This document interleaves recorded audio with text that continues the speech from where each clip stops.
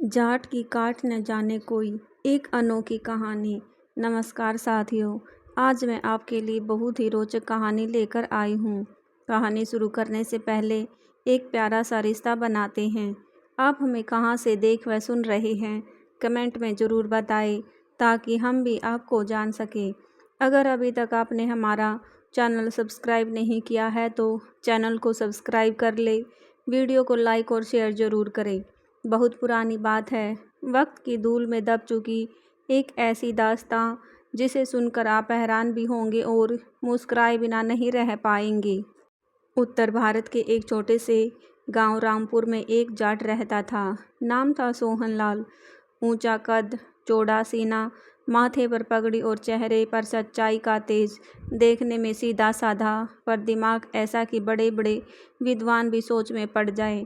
उसकी जिंदगी खेत खलियानों में बीतती थी। पुरखों की छोड़ी जमीन पर मेहनत करके पेट भरता और अपनी पत्नी के साथ सादा जीवन जीता था। गांव के लोगों की नज़रों में तो जाट बहुत संपन्न आदमी था, पर अंदर की हालात तो वे दोनों पति पत्नी ही जानते थे। पैसे की कमी हमेशा घर में खलती रहती थी, पर वह बाहर लोगों को यही दिखाता कि उसके घर में कोई कमी नहीं है, हर चीज़ उसके घर में है। सोहनलाल यूँ तो बहुत भोला भाला आदमी था, पर उसकी बुद्धि बड़ी ही परखर थी। गांव में यदि कोई छोटा मोटा झगड़ा हो जाता तो पंचायत बुलाई जाती थी। पंचायत में सोहनलाल ऐसा तर्क देता कि सामने वाला चुप हो जाता। उसकी बुद्धि की चर्चा आसपास के गांव में भी होने लगी थी। यह बात चलते चलते राजा के कानों में भी पड़ी कि सोहनलाल अपने गांव का कोई भी मुकदमा राज दरबार तक नहीं आने देता, वहीं पर निपटारा कर देता है। राजा ने जब यह सुना तो उसने विचार किया, क्यों ना इस सोहनलाल नाम के जाट की परीक्षा ली जाए। हम भी तो देखें कि वह कितना चालाक है, कितना बुद्धिमान है। यही सोचकर राजा ने अपने सैनिकों को सोहनलाल जाट को बुलाने के लिए भेजा। सैनिक जब सोहनलाल को बुलाने के लिए गए तो सोहनलाल बड़ी दुविधा में पड़ गया। न जाने मुझसे क्या अपराध हो गया जो महाराज ने मुझे राज दरबार में बुलाया है। पूरे रास्ते सोहनलाल यही सोचता हुआ चला जा रहा था। राज दरबार में पहुंचकर उसने राजा से पूछा, महाराज, इस गरीब से कोई गलती हुई है या फिर कोई गुस्ताखी हो गई? तो राजा ने कहा, नहीं सोहनलाल, तुझसे कोई गलती नहीं हुई है। असल में बात तो यह है कि हमने तुम्हारी चतुराई के बहुत बड़े बड़े किस्से सुने हैं। हमने सुना है कि तुम अपनी बुद्धिमानी से लोगों के झगड़े सुलझा देते हो, ऐसे ऐसे तरह करते हो कि उनका कोई तोड़ नहीं निकाल सकता। तो हम यह जानना चाहते हैं कि तुम हमारे लिए कोई ऐसा कार्य करो जो आज तक किसी ने नहीं किया हो। सोहनलाल ने जब यह सुना तो वह सोच में पड़ गया। फिर कुछ देर बाद बोला, महाराज, ऐसे कार्य अचानक तो हो जाते हैं, पर एक दिन में नहीं होते। महाराज समझे ही नहीं कि सोहनलाल क्या कहना चाहता है। तो सोहनलाल ने महाराज को समझाते हुए कहा कि महाराज, आप ज़्यादा इस विषय में नहीं सोचें। आपने कह दिया कि मैं आपके लिए कोई ऐसा कार्य करूं जो आज तक किसी ने ना किया हो, तो मैं एक दिन आपके लिए ऐसा कार्य जरूर करूंगा। अभी मुझे इजाज़त दे। इजाज़त लेकर सोहनलाल अपने घर वापस आ गया। एक हफ्ते तक सोहनलाल अपने घर में बैठा सोचता रहा कि उसे ऐसा क्या करना चाहिए। फिर एक दिन शाम को सोते समय सोहनलाल ने अचानक अपनी पत्नी से कहा, अरे भाग्यवान, सुनती हो? कल सुबह उठकर मेरे लिए 4 पराठे बना देना और थोड़ा सा अचार भी रख देना, मुझे कहीं जाना है। जाटनी सुबह उठती है और उसने 4 पराठे बना के उनके बीच में अचार रखकर रुमाल में बांधकर पोटली बना देती है। जाट अपनी पोटली लेकर सुबह सुबह घर से निकल गया। वह जंगल की तरफ जा रहा था। बीच जंगल में पहुंचकर उसने देखा कि एक छोटी सी गुफा बनी हुई है, तो वह गुफा में चला गया। गुफा बिल्कुल साफ सुथरी थी। लगता था कि जैसे कोई साधु उसमें बैठकर तपस्या करता हो और उसने अब वह स्थान छोड़ दिया हो। पूरे दिन सोहनलाल उसी गुफा में लेटा सोचता रहा। शाम हुई, उसने अपने घर की तरफ सीध लगाई। रात के अंधेरे में सोहनलाल अपने घर में घुसा। उसकी पत्नी ने पूछा कि आज सारा दिन कहाँ रहे हो? सोहनलाल बोला, देखो भाग्यवान, तुम इस चक्कर में ज़्यादा मत पड़ो कि मैं कहाँ जाता हूँ और कब आता हूँ। तुम बस मुझे रोज़ाना पराठे बनाकर के दे दिया करो।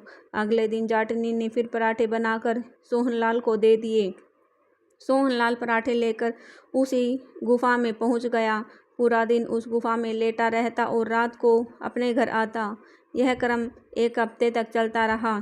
सोहनलाल के पड़ोस में एक तेली का परिवार रहता था। तेली की कुछ समय पहले मृत्यु हो गई थी। उसकी पत्नी को गांव के सभी लोग तेलन काकी कहकर बुलाते थे। तेलन काकी का सोहनलाल के परिवार में आना जाना लगा रहता था। तेलन काकी की एक आदत यह भी थी कि अगर उसे कोई बात पता चल जाए तो जब तक उसे पूरे गांव में ना फैला दे तब तक उसके पेट में दर्द होता रहता था। जब उसने देखा कि सोहनलाल दिखाई नहीं देता तो वह हालचाल पूछने के लिए सोहनलाल के घर पहुंची।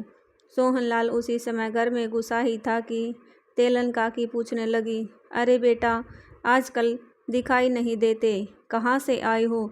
तो सोहनलाल बोला, काकी बस पूछो मत, मैं क्या तुम्हें बताऊं, तुम तो पूरे गांव में फैला करके आ जाओगी। काकी बोली, नहीं बेटा, विश्वास करो, मैं किसी से नहीं कहूँगी। आज तक तुम्हारे घर की बात कभी किसी से कही है क्या जो अब कहूँगी? काकी, अब तक तो ना कही है तुमने, पर आगे का कोई हमें विश्वास नहीं है, क्योंकि बात ही कुछ ऐसी है। अब तेलन काकी की जिज्ञासा बढ़ती जा रही थी। बताओ बेटा, क्या बात है? तू कहाँ था इतने दिन? तो सोहनलाल बोला, काकी मैं स्वर्ग की यात्रा करके आया हूँ। मेरा स्वर्ग के देवताओं के साथ उठना बैठना है। काकी को विश्वास नहीं हुआ। वह बोली, बेटा, हमसे इस उम्र में झूठ मत बोलो। सोहनलाल ने कहा, तेरी कसम काकी, मैं स्वर्ग की यात्रा करके ही लौटा हूँ। वैसे मुझे क्या फ़र्क पड़ता है, विश्वास करो या ना करो। तेलन काकी की तो आंखें चौड़ी हो गई। वह बोली, बेटा, हमें भी स्वर्ग की यात्रा करवा दो।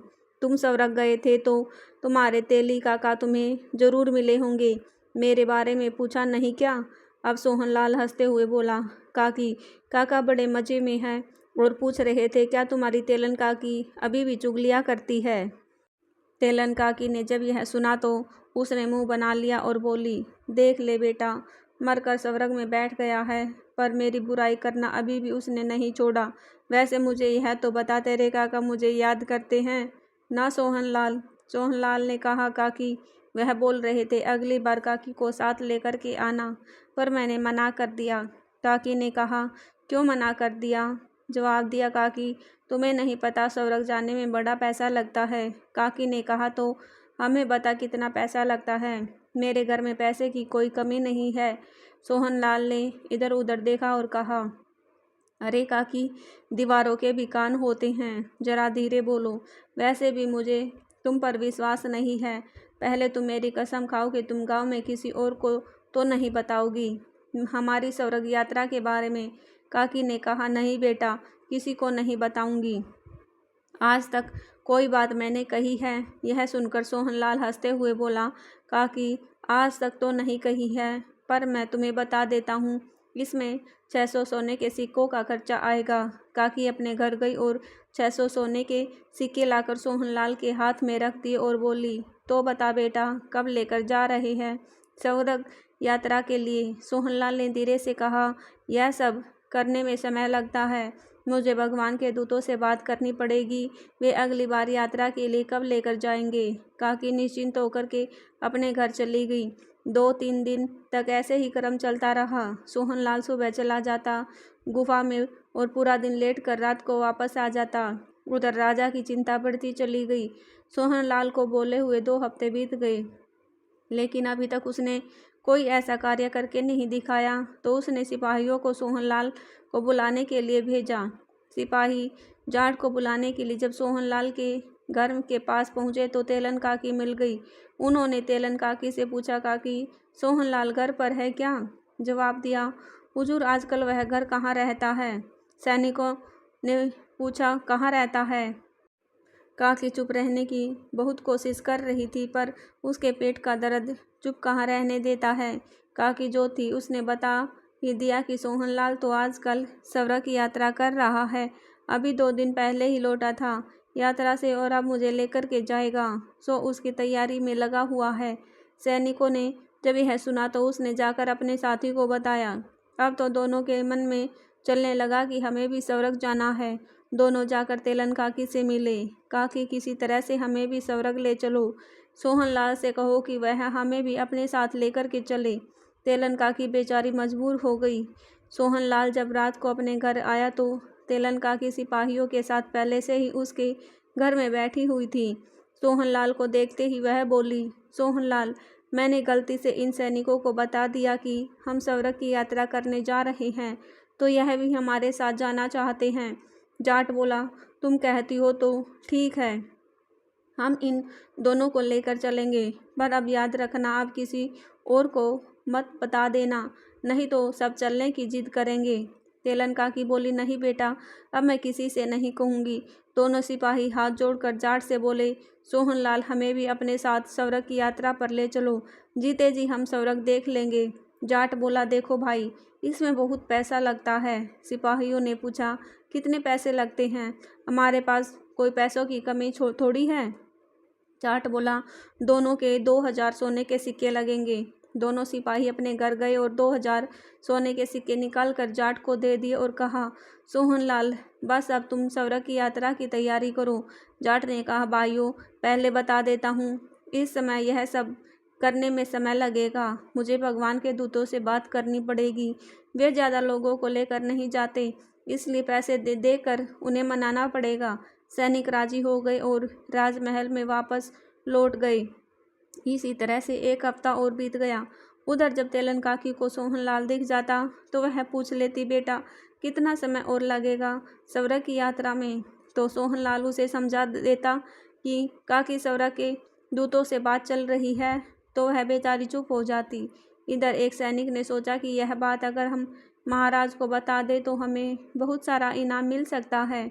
महाराज को हमारी वजह से स्वर्ग यात्रा करने के लिए अवसर मिल जाएगा। उसने अपने साथी से इस बारे में बात की तो वह भी राजी हो गया। एक दिन उन्होंने राजमहल में राजा को जाकर बता दिया कि महाराज, सोहनलाल दरबार में इसलिए उपस्थित नहीं हो रहा है कि क्योंकि वह स्वर्ग की यात्रा करके लौटा है और अब तेलन काकी और हमें ले जाने के लिए फिर से उसी तैयारी में लगा हुआ है। राजा ने जब यह सुना तो एक बार तो उसके मन में आया कि जीते जी भला कैसे कोई स्वर्ग जा सकता है, पर सैनिकों ने उसे यकीन दिला दिया।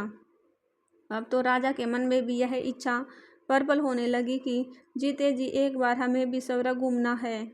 हम तो इस देश के राजा हैं, भला सोहनलाल हमारे लिए मना कैसे कर सकता है।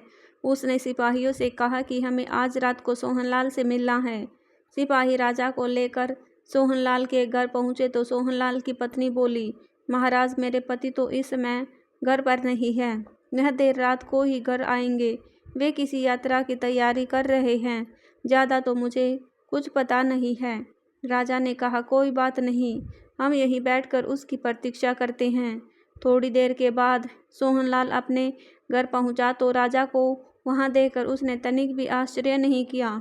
आखिरकार वह जानता था कि उन सिपाहियों ने राजा को जरूर बता दिया होगा, और यही तो मैं चाहता था।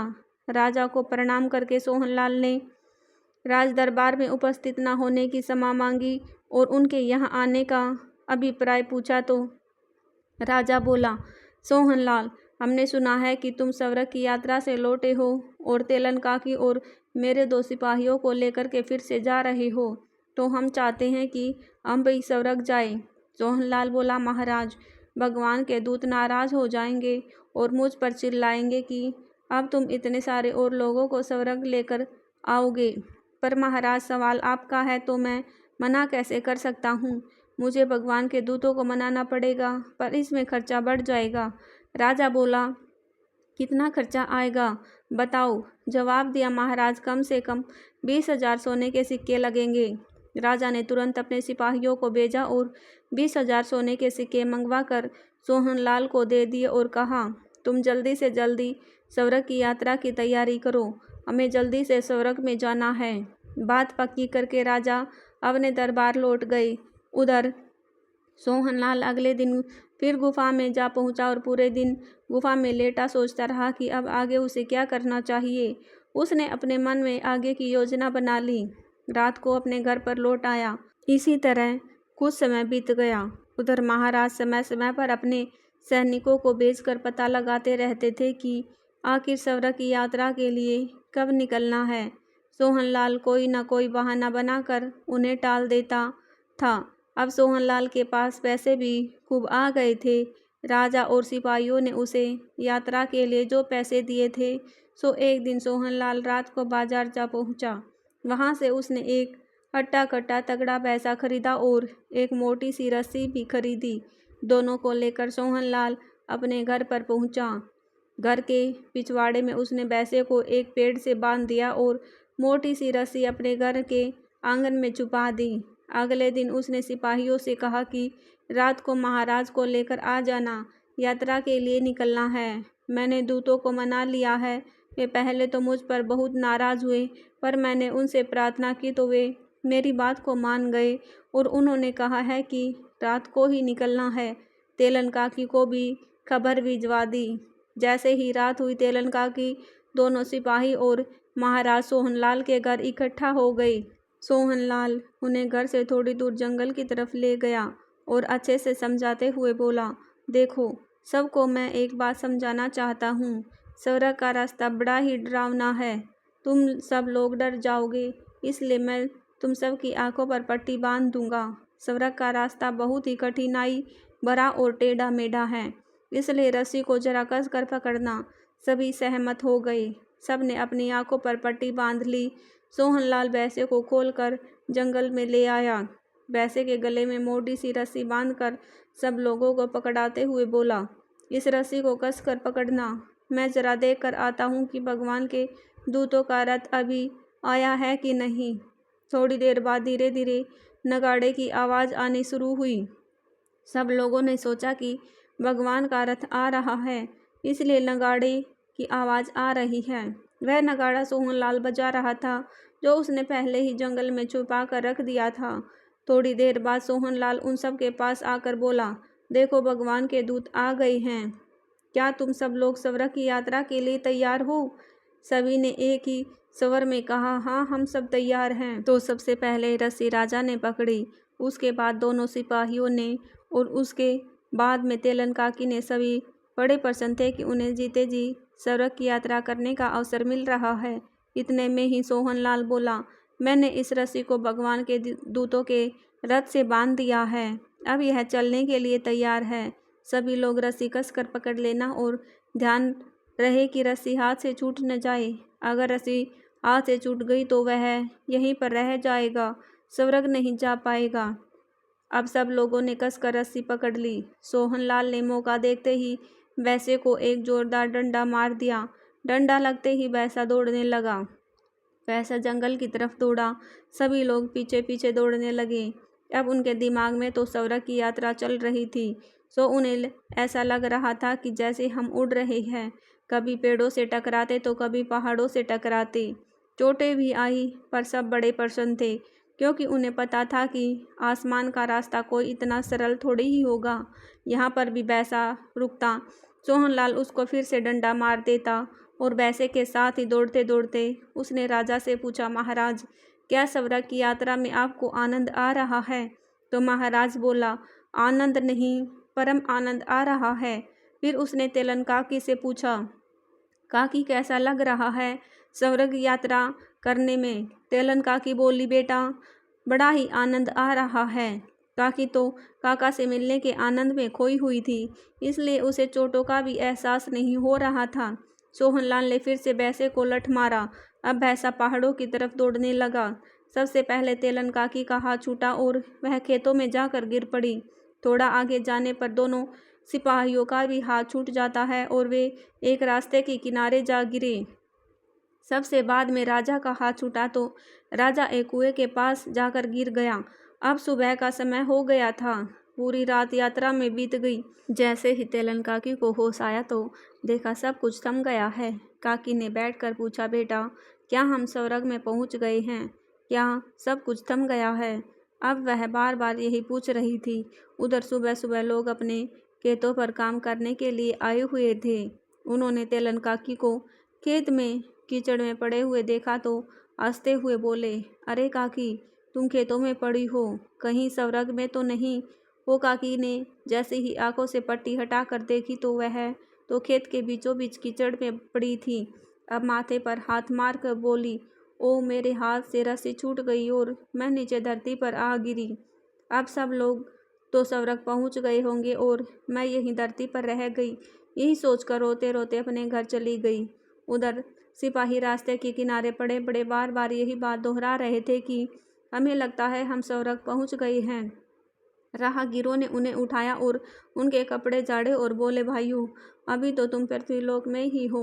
जब उन्होंने यह सुना तो आंखों की पट्टी हटाई तो वे देखते हैं कि वे तो एक रास्ते के किनारे पड़े हुए हैं। अब उन्होंने भी यही सोचा कि उनके हाथ से भी शायद रस्सी छूट गई। अब महाराज सोहनलाल और तेलन काकी स्वर्ग में पहुंच गए और हम यहाँ धरती पर ही रह गए और यह हमारा दुर्भाग्य है। अब दोनों सिपाही अपने भाग्य को कोसते हुए अपने घर की तरफ चले गए। उधर राजा कुएं के पास जाकर गिरे थे। सुबह के समय औरतें वहां पानी भरने के लिए आई और देश के राजा को पहचान लिया और देखकर सोचने लगी, इस हालात में पड़े हम राजा साहब। सारी औरतें आपस में बातें करने लगी कि यह तो महाराज जैसे लग रहे हैं। उन्होंने आवाज़ लगाकर महाराज से पूछा, महाराज आपको क्या हुआ है? आप यहाँ इस हालत में कैसे? राजा ने जब औरतों की आवाज़ सुनी तो उसने सोचा, ओ मैं तो स्वर्ग में पहुँच गया हूँ और स्वर्ग की अप्सराएं मुझसे बातें कर रही हैं। राजा ने जैसे ही आंखों से पट्टी हटाई तो गांव की औरतें और कुएं को देखकर उसने पूछा कि मैं कहाँ हूँ? तो औरतें बोली, महाराज आप पृथ्वीलोक पर हैं और कुएं के पास में हैं, स्वर्गलोक में नहीं हैं। जरा होश में आइए, आपको क्या हुआ है? अब राजा को तो बड़ी शर्म आई। उन्हें लगा कि मेरे हाथ से रस्सी छूट गई और मैं पृथ्वी पर ही गिर पड़ा। अब तो तेलन और दोनों सिपाही स्वर्ग में चले गए होंगे और मैं देश का राजा होकर यहाँ कुएं के पास में पड़ा हूँ। छी है, कैसी शर्मिंदगी की बात है। महाराज के कहने पर एक घोड़े का प्रबंध किया गया। घोड़े पर बैठकर राजा फटेहाल राज दरबार में पहुँचे और राज दरबार में पहुँचकर उन्होंने सबसे पहले तो नहा धोकर अपने वस्त्र बदले। फिर अपने सिपाहियों को जाट सोहनलाल के घर भेजा कि जाओ सोहनलाल को बुला कर लाओ। सिपाही सोहनलाल के घर पहुँचे तो सोहनलाल की पत्नी ने कहा, वे तो महाराज के साथ ही गए थे, अभी तक नहीं आए हैं। महाराज कैसे आ गए? यह सुनकर सिपाही उल्टे पांव राज दरबार में पहुँचे और सारी बात महाराज को बताई। महाराज अब अपने मन में विचार करने लगे कि हो ना हो मेरे हाथ से रस्सी छूट गई और मैं नीचे गिर गया और सोहनलाल उन लोगों को लेकर स्वर्ग पहुंच गया। थोड़ी देर में वही सिपाही जो राजा के साथ गए थे वे राज दरबार में उपस्थित हुए। दोनों को लगी चोटों के कारण दोनों लंगड़ा कर चल रहे थे। महाराज ने जैसे ही उन दोनों सिपाहियों को देखा तो जोर से बोले, अरे तुम लोगों के हाथ से भी रस्सी छूट गई थी क्या, जो तुम भी इधर आ गए हो और तुम लोग स्वर्ग नहीं पहुँचे? दोनों ने कहा, हाँ महाराज, हमारे हाथ से भी रस्सी छूट गई थी। अब तो महाराज को अपने ऊपर और भी ज़्यादा शर्म आने लगी कि देखो एक बूढ़ी तेलन स्वर्ग पहुँच गई और हम हट्टे कट्टे सारे नीचे गिर गए। थोड़ी देर बाद ही सोहनलाल दरबार में उपस्थित हुआ और राजा से बोला, महाराज कैसी रही स्वर्ग की यात्रा? यह सुनते ही राजा ने नीचे मुँह कर लिया।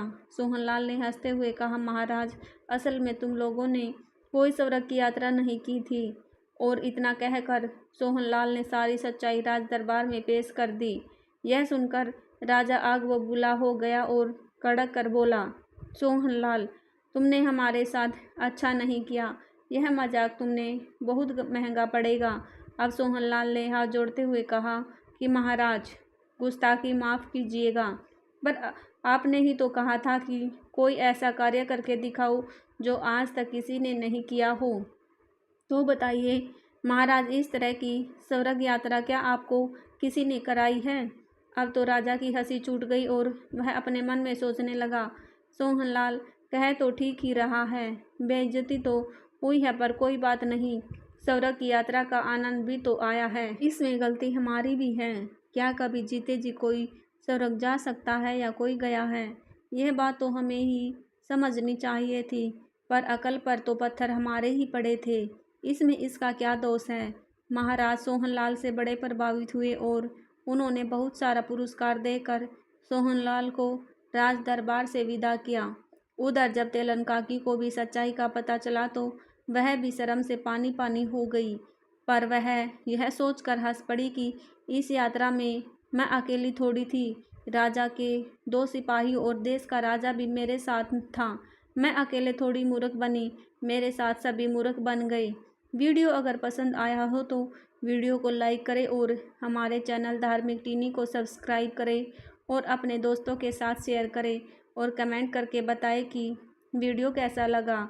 वीडियो को पूरा देखने के लिए आप सभी का धन्यवाद।